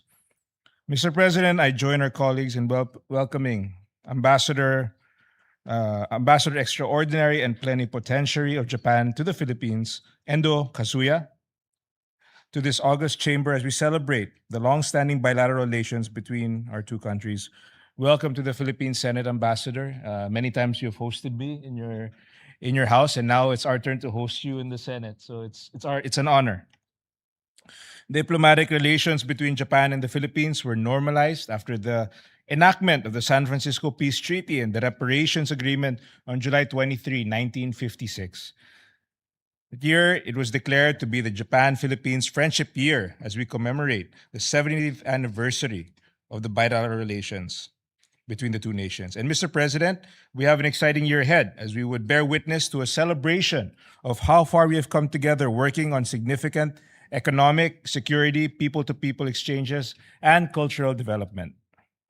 It is also equally inspiring to look back on the vital partnerships we had with Japan, particularly on various big-ticket projects that we now enjoy today.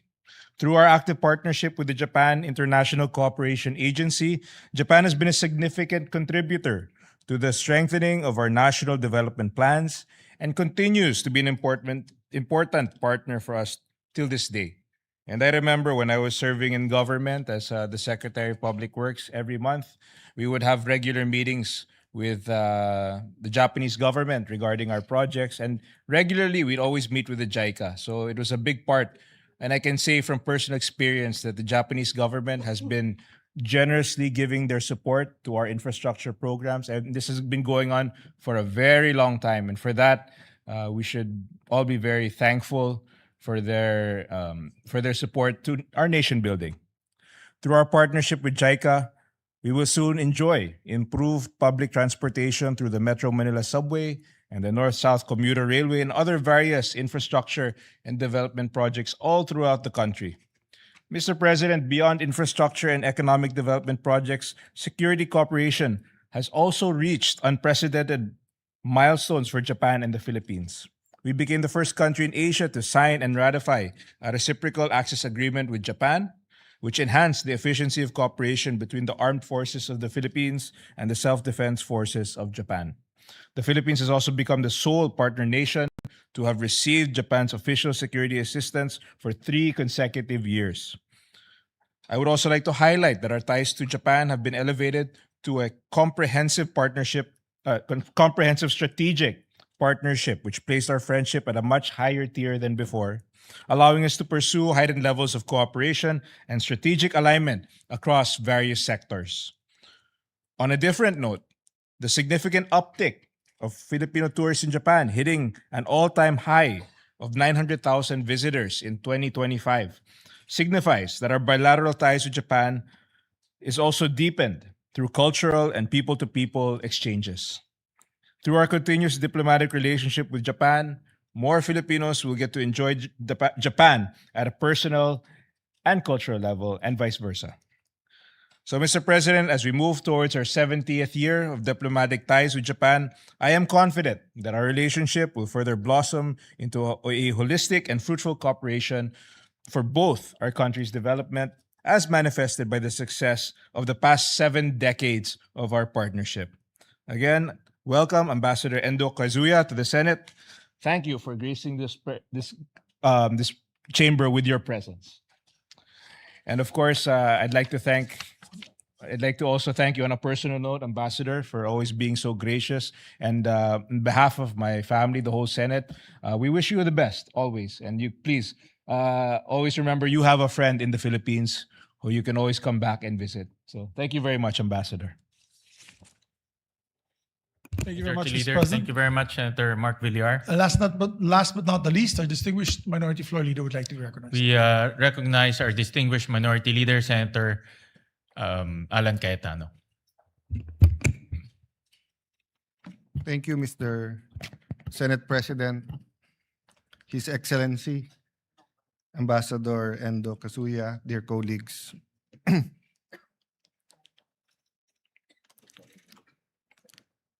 Proverbs 11:14 tells us, "For lack of guidance, a nation falls, but victory is won through many advisors." It is phenomenal how Japan rose from the ashes and the destruction of World War II. But it's equally phenomenal how Japan built its relations with its neighbors and its status or reputation among the countries in the world in such a short period of time. And while being a little bit sensitive, but being bold, Japan still has issues now and then with Korea and China when it comes to World War II. So it is also phenomenal how in such a short period of time, Filipinos and Japanese, or the Philippines and Japan, went from bitter enemies to people doing business together, through two preferred partners, and now enjoying a true brotherhood or sisterhood. So I remember, Your Excellency, that during the time of President Duterte, there are a couple of times that we were in Japan, and whether it was with the media or with businessmen, I would tell them very frankly that people my age and a little bit older, our grandparents, if you mention Japanese, they will really get mad because the horrors of World War II was still there, no? The cruelty suffered, the animosity, etc. No? Then when my dad was a, not young lawyer, but nung gitna na nung career niya, siguro 80s, di ba? 80s, mid-80s going to the 90s. You know, whether it's law firms, whether it's hotels, whether sa mining, transportation, preferred partners were the Japanese. Even in tourism, di ba? Whether you talk about Cebu, you talk about areas in Mindanao, Baguio, whether we had an official campaign or not, we really wanted to attract Japanese tourists. And during this time, slowly but surely, our development assistants and working with JBIC, JICA, their consultants, the studies that they graciously provided, was it the LRT or basta yung mga nauna natin mga trains, di ba, and everything sa airport. So we woke up one day where you have this intimate relationship. Then you wake up also with real life disputes in the West Philippine Sea, and of course, Japan and China also have a dispute. And then you wake up 2022, where no one said that there will really be a conflict or of that magnitude between Ukraine and Russia. Then it's happening. And then everyone says the Middle East is volatile, but suddenly Iran, Israel, US, and then the rest of the world is suffering, no? So my point, Mr. President, is the phenomenal rise of Japan and its people also presents so much opportunities. That's why I like that verse, because nations need guides. And sometimes you need an outside guide. And the Japanese and the Japanese people, the Japanese businessmen, can be not only a partner, but a wise counselor and guide to the Philippines. And also us in certain issues. For example, migration is now and then an issue in Japan. And of course, we have more than 10 million Filipinos abroad, and Japan has hosted many Filipinos. Sensitively, we were saying, because one of the problems, of course, of Japan is the birth rate. That's why di ba yung population of Japan, and we were saying, because usually Japanese couples only want one child. But when a Japanese and a Filipino gets together, whether the man is Filipino or the woman is Filipino, they don't only want to have one child. They want to have at least 2 or 3. So we were saying that even in that aspect, we can share some expertise in a bigger family. Unfortunately, this year, very steep din ang pagbaksak, di ba, ng atin birth rate, no? Having said that, Mr. President, we're here to honor the ambassador because in such a short period of time, he has done so much. So I think we're unanimous, Your Excellency, in saying thank you. I know it's for your country to say that you did a great job, but at least for Filipinos, we know that you did a great job. But we're also here to say that culture matters. When you go to Japan, and unfortunately you leave your bag or your wallet somewhere, go back, it's there, and it's there. I mean, you don't even have to go to the lost and found. No one will get it, diba? Everyone, you go to a shop that you're not going to buy anything, and you say, where's the restroom? And there's no restroom there. They'll excuse themselves, go out the door, and walk with you for a while and point you where it is. No? So there's a lot of things to learn in terms of culture. So I hope that the last few months of our ambassador here, of course, we all hope you're extended, but if not, the last few months, we can continue to work on more exchanges, more exchange students, more trips between the Japanese to the Philippines, the Filipinos to Japanese. Not just projects.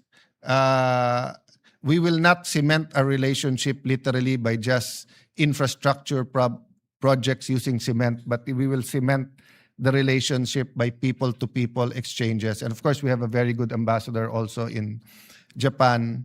Not sure about the husband, but the ambassador is a very good ambassador.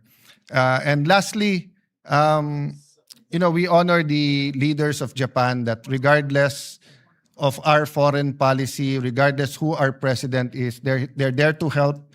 They're there to build bridges.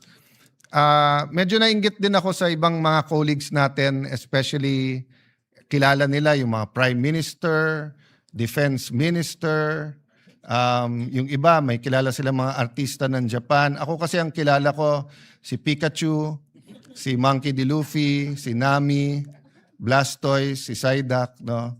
But I mentioned that just because, even in the cultural, artistic creations of Japan, may it be from Sanrio, Hello Kitty to the present, no? So for example, when it comes to Pokemon and One Piece, young people are learning accounting, are learning trading, are learning, sabi ng Pangulo sa SONA, mag-impok ang mga bata. But actually, the trend is not in saving, but investing. So, people learn by experience rather than being taught. So you want better peace and order, go to Japan. Their tourist police or even their policies. In Japan, if you bump into a woman, and you accidentally touch the sensitive parts, no, whatever, sa presinto ka na magpapaliwanag. You have to go. There's no excuses. That's why people are so careful. You see, it's so clean, but no one's going there telling you pick that up and etc. So I just wanted to emphasize that more exposure, more trips, more people to people would really benefit, I think, both countries. So thank you, Majority Leader, for sponsoring this. 70 years, we should have a countdown to 75 is diamond, right? 75 gold ang ang 50. I think diamond ang 75. We should not wait till the 74th year to have a countdown to the diamond. We should have a 5-year plan of how the Philippines and Japan and maybe an interparliamentary 5-year countdown to the diamond year of our relationship with Japan. Thank you, Senate President, and magandang hapon. Thank you, distinguished Minority Leader. And just to say a few words, Majority Leader, well, 70 years of friendship is indeed a milestone. And Japan has been a very important development partner of the Philippines. Almost half of our ODAs come from JICA, from Japan. And to date, close to about $14 billion have been invested here in the Philippines. Our first subway will be built by Japan. Our first commuter rail, north to south, will be built by Japan. And that will bring immense development to our countryside. So once again, Ambassador Endo, we bid you farewell. Maraming salamat. Thank you very much for your service. And please continue to, like what our Minority Leader said, forge and cement ties between two nations. Maraming salamat. Mr. President, just in line with what our Minority Floor Leader had said, and I'd just like to share this with everyone. This Monday, people to people, this Monday, August 3, 4 members of the Parliament from Japan Innovation Party are having a parliamentary visit and will make a courtesy call with us in the Senate, Your Honor, and the Senate President. So that is on Monday. And on September 14 to 18, another group of 7 members of Parliament will also be doing a parliamentary visit with us. This is what the good Minority Floor Leader is saying, people to people participation. And as I mentioned earlier during my speech earlier, they're the same people who visit us, are the same people who fight for us when we need assistance, help in terms of defense cooperation, economic participation, and trade with Japan. And I'm so happy that we are having more members of Parliament of Japan visiting us in the Philippines, and we should reciprocate. As a matter of fact, we're planning, Mr. President, your chairman of the Philippine-Japan Friendship Association, yours truly, is planning a November trip, first week of November trip before the scheduled sessions on November 9 to be able to also visit once again Japan. And I'm inviting all our colleagues here who would like to join us both from the minority and majority. Sure. And we'll have hopefully a high-level delegation meeting in Japan, Your Honor, Mr. So President. you, Majority Leader, you being the President of the Philippine-Japan Parliamentary Friendship Group, you're tasked to entertain our guests. Yes, who are sir. coming here. I will do that as your orders. We will host them and take care of them. Mr. President, I just want to put on record, a total of 14 senators had sponsored and co-sponsored this resolution. I think one of the most for a resolution honoring a nation partner and friend to us. I just want to let the ambassador know that. Usually when we have we're celebrating an anniversary for a friendship of another country, marami na po yung 5 na magtatayo, no? That 5 would be a lot to stand up and sponsor the measure. We have today a total of 14 senators, and I know a lot more want to co-sponsor this to show our gratitude to Japan. As mentioned by Senator Alan Cayetano, yung alam niya is Pikachu and the others. Nung Sanrio. bata po kami ni Senator Alan, Bolt inspired. Si Steve, Little John, Koji Kabuto, of Mazinger Z, Akala ko po nung bata po ako lahat ng Hapon ay ganun ng itsura. Itsura ni Koji Kabuto. And so, with that, Mr. President, before we adopt the resolution, I'd just like to make one insertion, amendment to the resolution, if possible, with the permission of the body. On page 2, after line 7, we'd like to insert a new paragraph that reads as follows.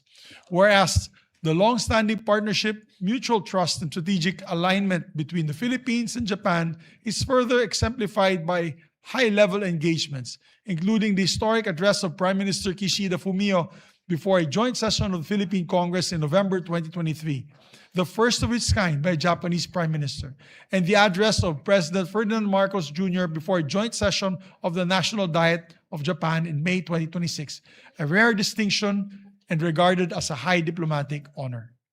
I move to insert Is that. there any objection? Hearing none, the amendment of our majority leader is hereby carried.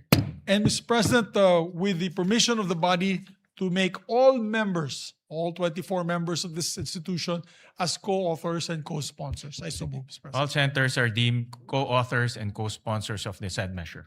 With that, Mr. President, I move to adopt proposed Senate Resolution number 502. Is there any objection? Hearing none, Resolution 502 is hereby adopted.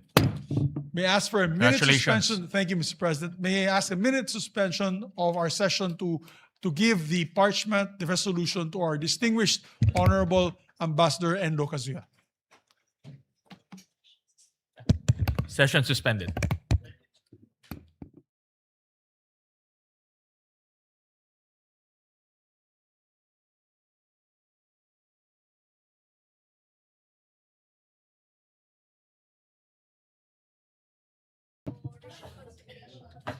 Thank you very much, Mr. President. Mr. President, I move that we resume consideration of Senate Bill number 2272 under Committee Report number 71. Is there any objection? Hearing none, motion is approved. This is the strengthening our nutrition program. To sponsor the measure, may we recognize Senator Bamakino, and to interpolate, I believe, Senator Erwin Tulfo. We recognize the sponsor of the measure, Senator Bamakino, and to interpolate, Senator Erwin Tulfo.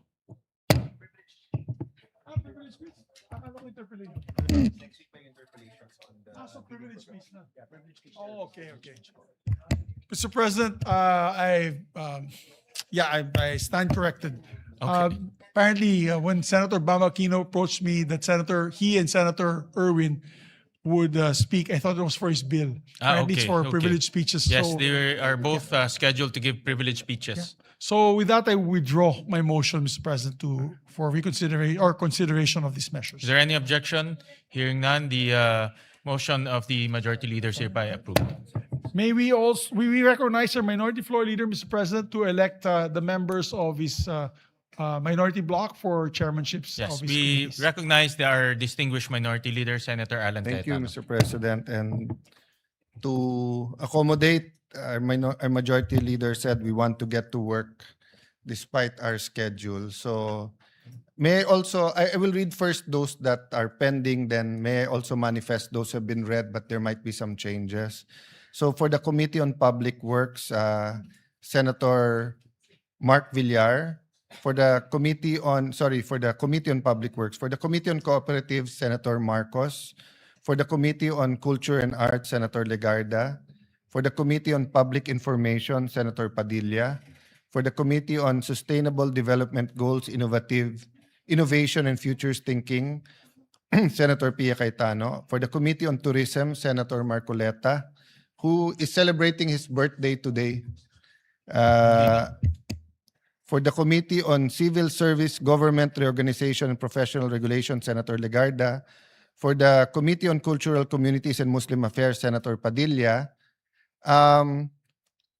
Senator Mark Villar will give way to Senator Estrada for the Committee on Financial Institution and Currency, Banks, Financial Institutions and Currencies. But Senator Mark Villar will be the Senior Vice Chairperson, as I manifest now, and will be the acting chair. Then the Committee on Government, Corporation, and Public Enterprise, Senator Camille Villar. Committee on Sports, Senator Go. Committee on Sports, on Youth, Senator Go. Unless the majority leader has any comment, I'll ask for a which one? Can I ask for a minute suspension? Session Which one? suspended.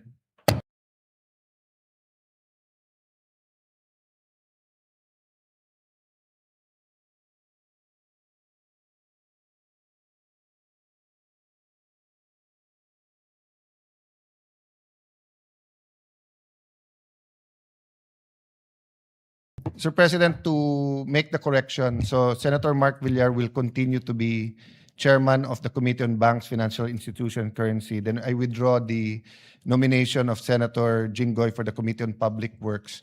But we're asking the majority leader for possible committees for Senator Estrada, and maybe we can discuss it on Monday. Yes, yes. Yes. If there's no objections, maybe it can be an omnibus motion Yes. to elect the following to the All right. said Is there any chairmanship. objection? Hearing none, the motion of the the minority leaders hereby approved, subject to the changes he mentioned. And for the deputy minority leader, Senator Amy Marcos. Is there any objection? Hearing none, Senator Amy Marcos So for is- the record, we are not anti-Marcos because we're electing Amy as the deputy minority leader. Senator Amy Marcos is elected as the deputy minority leader. Thank you. And we'd like to also reflect that as deputy minority floor leader, she'll be member of all committees as ex officio member. As A regular member. so recorded. So noted. Thank you. Mr. President, to avail of the privilege hour, may we recognize our distinguished colleague from Palawan and the Republic of the Philippines, Senator Erwin Tulfo. We recognize our distinguished colleague from Palawan, Senator Erwin Tulfo.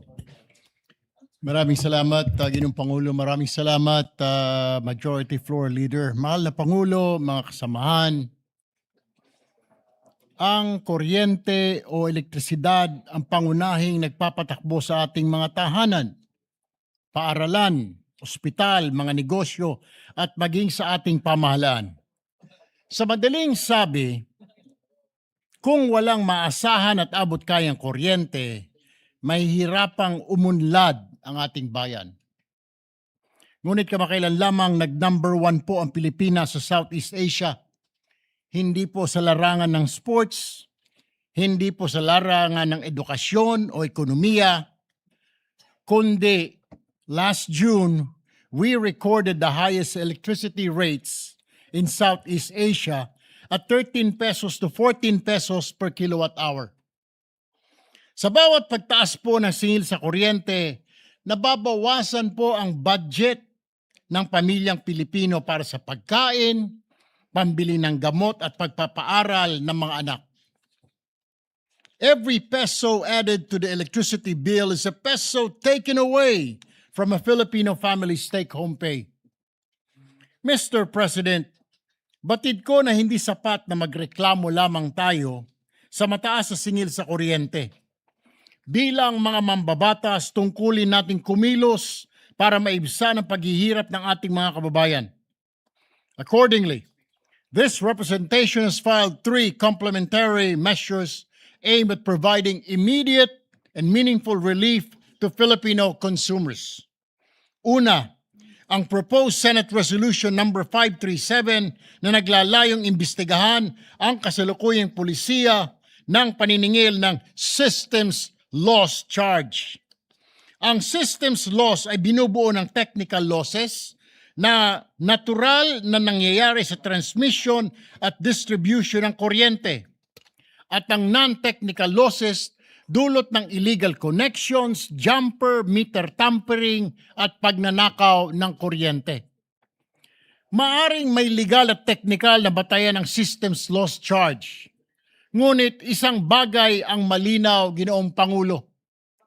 Hindi naman po kasalanan ng ordinaryong mamayan ang pagkawala ng kuryente sa linya. Bakit po siya ang magbabayad nito? Ikalawa, ang Senate Bill number 2340 na nag-exempt sa systems loss charge mula sa 12% value-added tax o VAT para sa residential consumer. Sa ating kasalukuyang sistema, may systems loss na, may VAT pa na binabayaran tayo. Binubuwisan po at kailangan daw nating bayaran ang nawalang kuryente na hindi naman po natin nagamit, Ginoong Pangulo. Dobleng pasanin sa ating mga kababayan. Hanggang saan ba dapat ipasa sa consumers ang gastusing ito? Ikatlo, inihain din natin ang Senate Bill number 2339 na naglalayong tuluyang ipawalang bisa na ang energy tax sa ilalim ng Batas Pambansa bilang 36. When this law was passed in 1979, it sought to encourage energy conservation through an additional tax on high residential electricity consumption. Kaso mo, Ginoong Pangulo, iba na po ang panahon ngayon. Hindi na po luho ang kuryente, kundi pangunahing pangangailangan para sa pag-aaral, paghahanap buhay, komunikasyon, pangangalagang pangkalusugan at sa simpleng pamumuhay na may dangal at dignidad ng bawat pamilyang Pilipino. Ang bawat pisong matitipid sa electric bill ay maaaring maging dagdag sa pagkain, gamot, matrikula at emergency fund ng isang pamilya. Ayon mismo sa mga distribution utilities, ang systems loss ay isang regulated pass-through charge kung saan humigit kumulang 5% na karaniwang residential bill ay napupunta rito, habang mahigit 10% naman ay napupunta sa iba't ibang buwis at government charge. Kung may kapangyarihan po ang pamahalaan na suriin ang mga lumang pulisiya at alisin ang mga hindi na makatarungang pasanin, mayroon din po tayong tungkulin para ibasura ito. If we are serious about easing the burden on our people, then we must have the courage to revisit policies that have long been accepted but may no longer be fair, Mr. President. As I conclude, allow me also to acknowledge my fellow senators who have filed similar or related measures. Senator J.B. Ejercito, Senator Kiko Pangilinan, Senator Risa Ontiveros, Senator Lito Lapid, Senator Chis Escudero, Senator Bam Aquino, and Senator Amy Marcos, Senator Rodante Marcoleta, and Senate President Gatchalian. I therefore call on this chamber, both the majority and the minority, to join me, Mr. President, in supporting these measures and in working together toward an energy sector that is efficient, transparent, competitive, and above all, fair to the Filipino people. Maraming salamat po, Ginoong Pangulo. Maraming salamat, Senator Erwin. And it's really about time to revisit the IPIRA bill after many, many years. At tama ho kayo na kailangan ho natin pag-aralan ulit itong mga ipinapasang charges sa ating mga consumers. Lalo na ngayon na napakataas po ang binibayad po ng ating mga consumers. The highest in ASEAN.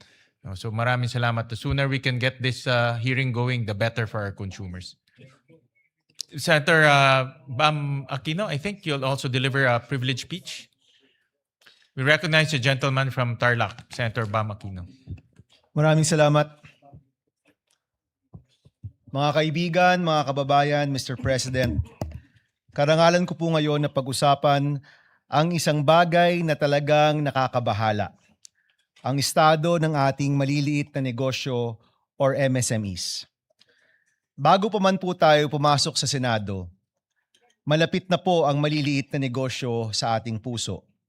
At noong ating unang termino, ang unang batas na napasa po natin ay ang Go Negosyo Act of 2014 na nagbigay ng mas malaking access sa mga maliliit na negosyo sa tinatawag na 3Ms or money, market, and mentorship. Ang Go Negosyo Act po ang nagtatag ng mga negosyo center sa lahat ng syudad at munisipalidad upang mailapit ang mentoring, training, financing at business advisory service sa ating mga maliliit na negosyo. Sinulong din po natin noong unang termino ang Philippine Competition Act na nagbigay ng patas na laban sa mga negosyo at mas matibay na proteksyon sa mga namimili.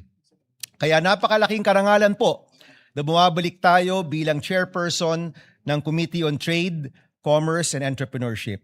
At noong Lunes na binuksan ang second session of the 20th Congress, natuwa po kami na isa sa mga pinangalangang priority ni Senate President Win Gatchalian ang pagpapalakas ng ating ekonomiya at pagpapagaan ng pagnenegosyo ng ating mga MSMEs.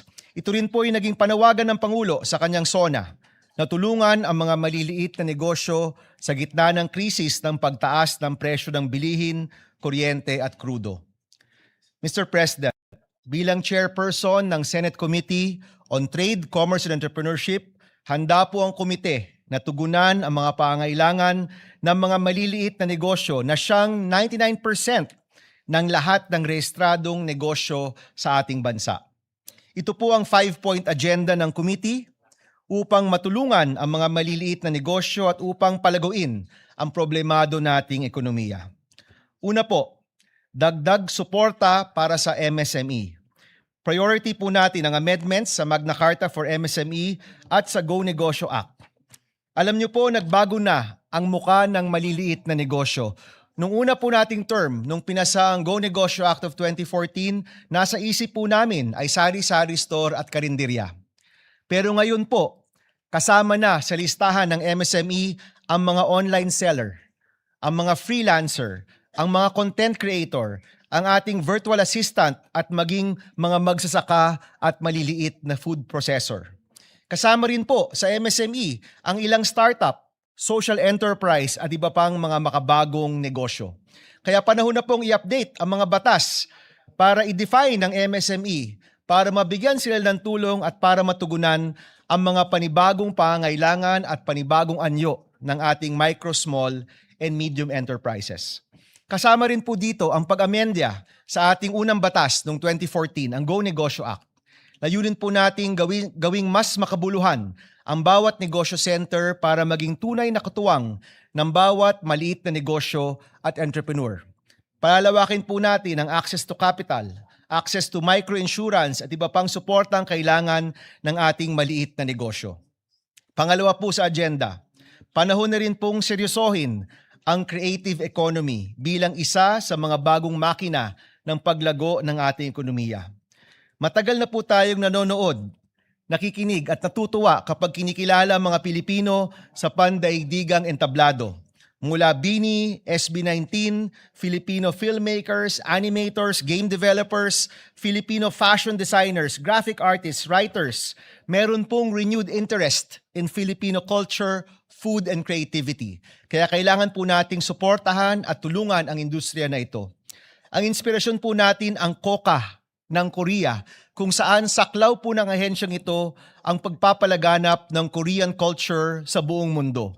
Nais po natin makita ang isang ahensya ng ating gobyerno na siyang kumakalinga sa ating Filipino creatives at tumulong sa kanilang expansion dito po sa pandaigdigang entablado.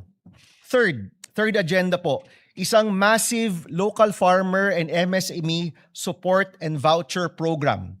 Isa po sigurong evolution ng sagip-saka ni Senator Kiko Pangilinan, kung saan ang gobyerno po can leverage its huge budget to buy directly from our local farmers and MSMEs. Ang hangarin po dito ay isang inclusive supply chain na kung saan ang parehas na binibigyan at pinagkukuhanan ay nakikinabang. Kung magamit lang po ng tama ang napakalaking budget ng gobyerno, napakarami pong pwedeng matulungan at mapapanatili pang abot kaya ang mga bilihin. Naisip po natin kung saan pwedeng kunin ang pera. Naisip po namin na pwede pong ma-access ang 300 billion pesos na nakaprogram na ayuda sa ating bansa. Hindi ho ba napakaganda? Tumutulong na nga po tayo sa mga kababayan po natin, yung pinagkukuhanan pa po natin ay natutulungan din. Tuloy-tuloy po yung tulong, pero mismo yung tulong merong ding natutulungan. Ito po isang malaking programa na kung saan ang ating MSME, local agricultural workers mabibigyan ng tulong gamit ang napakalaking budget ng ating gobyerno. Pang-apat po, magsusulong po tayo ng mga reforma para suportahan ang mga industriyang nagpapayaman sa ating bansa. Ito rin po ang mga industriya na kailangan protektahan at palaguin dahil sila po naglilikha ng mas marami at dekalidad na trabaho para po sa ating mga kababayan.